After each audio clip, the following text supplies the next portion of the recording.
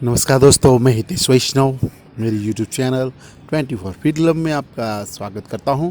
दोस्तों, आज मैं आपको तनाव यानी कि स्ट्रेस किस प्रकार होता है और वह होने के कारण क्या है और उस होने से तनाव होने से हमें कौन से प्रॉब्लम्स फेस करने पड़ते हैं। तो दोस्तों, अगर हम तनाव मुक्त रहेंगे तो हम कैसा जीवन जी सकते हैं, आज उसके बारे में आज आपको पूरी जानकारी इस वीडियो में मिलेगी। तो दोस्तों, मेरे इस वीडियो को लास्ट तक ज़रूर देखें।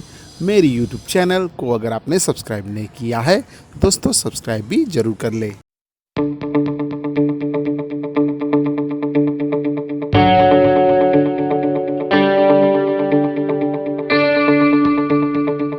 दोस्तों, आज के समय की अगर बात करें तो जो तनाव है, स्ट्रेस है, लोगों के लिए बहुत ही सामान्य अनुभव बन चुका है, जो कि अधिसंख्यक दैहिक और मनोवैज्ञानिक प्रतिक्रियाओं द्वारा व्यक्त होता है। तनाव की पारंपरिक परिभाषा दैहिक प्रतिक्रिया पर केंद्रित होती है। तनाव शब्द को खोजा जो इसकी परिभाषा शरीर की किसी भी आवश्यकता के पर आधारित रहती है। यह हार्मोन्स की क्रियाओं को अधिक महत्व देती है, जो एड्रिनल और अन्य ग्रंथियों द्वारा स्रावित होता है। दोस्तों, तनाव की अगर प्रकार की बात करें तो दोस्तों यहाँ दो प्रकार हमें देखने को मिलते हैं, जिसमें है ये यू स्ट्रेस, मध्यम और अच्छी तनाव। जैसे कि हम प्रतियोगिता खेल खेलते हैं, इस प्रकार के तनाव को हम यू स्ट्रेस कहते हैं। अगर विपत्ति यानी अगर किसी भी प्रकार का बुरा होता है हमारे पास या किसी भी प्रकार के प्रॉब्लम्स हमें फेस करने पड़ते हैं, वह विपत्ति का तनाव माना जाता है। दोस्तों, अगर इसके हम डीप में जाए तो दोस्तों देखने को मिलता है कि जीवन की मुख्य घटनाएं और बदलाव पर आधारित हमारा जो तनाव है, यह एक श्रेणी में किसी भी व्यक्ति को जिंदगी में जुड़ी कोई महत्वपूर्ण घटना सम्मिलित है, जो इसके जीवन पर चिरस्थायी प्रभाव डालती है, जिसके कारण उसमें वैवाहिक जीवन भी हो सकता है, सेवानिवृत्ति भी हो सकती है या तलाक भी हो सकता है। इन प्रकार की घटनाएं अगर बनती है तो दोस्तों तनाव आना निश्चित हो जाता है। दूसरी बात है दोस्तों, रोज़मर्रा की परेशानियाँ, वे बहुत ही परेशान करने वाली है, निराशापूर्ण, दुखद आवश्यकता होती है। जीवन का कोई व्यक्ति प्रतिदिन सामान्य रूप से नहीं जी सकता, जैसे कि वस्तुओं का गलत जगह पर रख देना या अन्य किसी चीज़ का नहीं मिलना, निर्धारित तिथि के अनुसार कार्य संपूर्ण नहीं होना। यह प्रकार की जो परिस्थितियां हैं वह हमें तनाव में डाल सकती है। तीसरा जो है दीर्घकालीन भूमिका के तनाव, जिसमें देखे जाते हैं कि जैसे कि वैवाहिक जीवन में मुश्किलों का सामना करना और विकलांग बच्चों का सामना संभालना या गरीबी में रहना, इस प्रकार की जो परिस्थितियाँ इसमें तनाव में हमें डाल सकती है। अभिघात की बात करें तो दोस्तों यह अनअपेक्षित, भयंकर, अत्यंत संसात देने वाली यह घटना होती है, जो हमारे जीवन पर बहुत ही गहरा प्रभाव छोड़ जाती है। जैसे कि आप देखें तो प्राणवीय हमला, बम फटना या प्रिय व्यक्ति की मृत्यु होना, इस प्रकार के जो हमले होते हैं या इस प्रकार की घटनाएं हमें बहुत ही प्रेशर में डाल सकती है।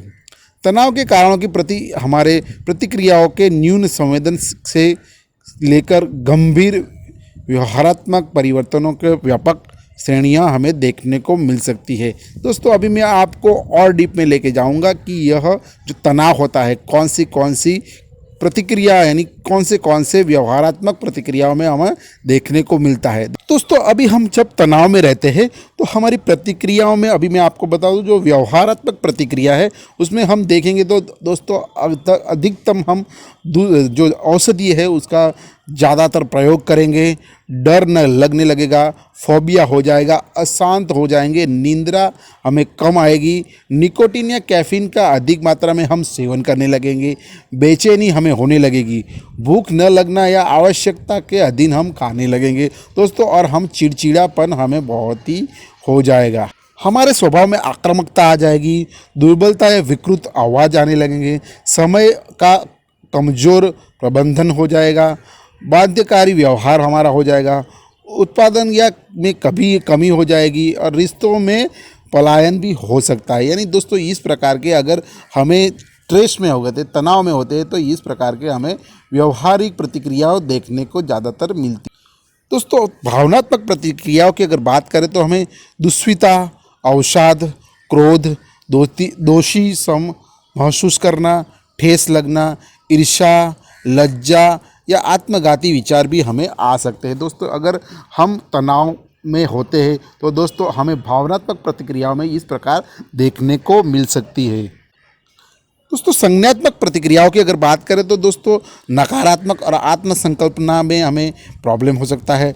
आत्म आश्वासन हमें दे नहीं मिलता है। दोस्तों निराशावादी कथन हो जाते हैं, स्वयं और दूसरों के प्रति निराशावादी सोच हो जाती है और संज्ञात्मक विकृति भी आ सकती है। अंतर वैयक्तिक प्रतिक्रियाओं की अगर बात करें तो इसमें हमें निष्क्रिय आक्रामक संबंध, झूठ बोलना, प्रतियोगितात्मकता खत्म हो जाना, प्रसन्नता का दिखावा करना, अलग होना, शक्की स्वभाव होना, चालाक प्रवृत्तियाँ, गप लगाना, इस प्रकार के जो हम हमारे व्यवहार में हो जाने लगता है तो यह तनाव का एक कारण बन सकता है।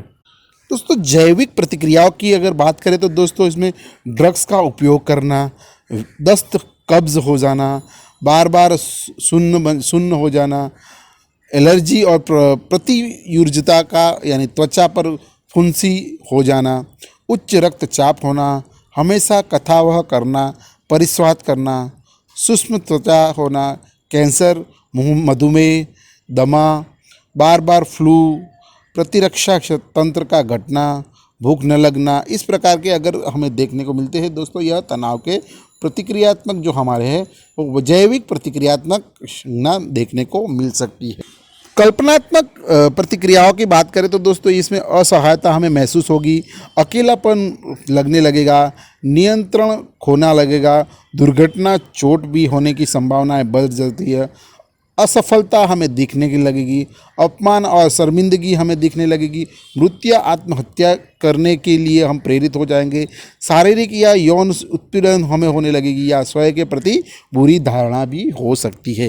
दोस्तों यह जो पूरी अलग अलग प्रकार की जो घटनाएं हैं ये अलग अलग प्रकार की, जैसे कि मैंने बताया आपको व्यवहारात्मक प्रतिक्रिया, और दूसरी है जो दोस्तों भावनात्मक प्रतिक्रिया, और तीसरी जो है अंतर्वैयक्तिक प्रतिक्रिया, और जैविक प्रतिक्रिया है, कल्पनात्मक प्रतिक्रिया है। दोस्तों यह अगर होती है यानी कि हम अगर स्ट्रेस में होते हैं, तनाव महसूस करते हैं दोस्तों, यह अलग अलग प्रकार की प्रतिक्रिया हमें देखने को मिलती है। तो दोस्तों अगर आपको किसी भी प्रकार का तनाव है तो आपको सोचना है कि यह प्रतिक्रिया अगर हमारे में ज़्यादा हो रही है तो दोस्तों आप तनाव के शिकार है, यानी कि आप स्ट्रेस से बाहर निकलने के लिए आपको ज़्यादातर योग अभ्यास करना पड़ेगा, ध्यान करना पड़ेगा और अपने आप को समझना पड़ेगा कि हमें किस प्रकार प्रॉब्लम्स आ रही है और किस प्रॉब्लम्स का सॉल्यूशन क्या है। दोस्तों अगर आप इस प्रॉब्लम के सॉल्यूशन के लिए नहीं जुटेंगे तो दोस्तों आप इस तनाव में बढ़ते ही जाएंगे और इस तनाव के कारण आपको बहुत सारी ऐसी प्रॉब्लम आ सकती है।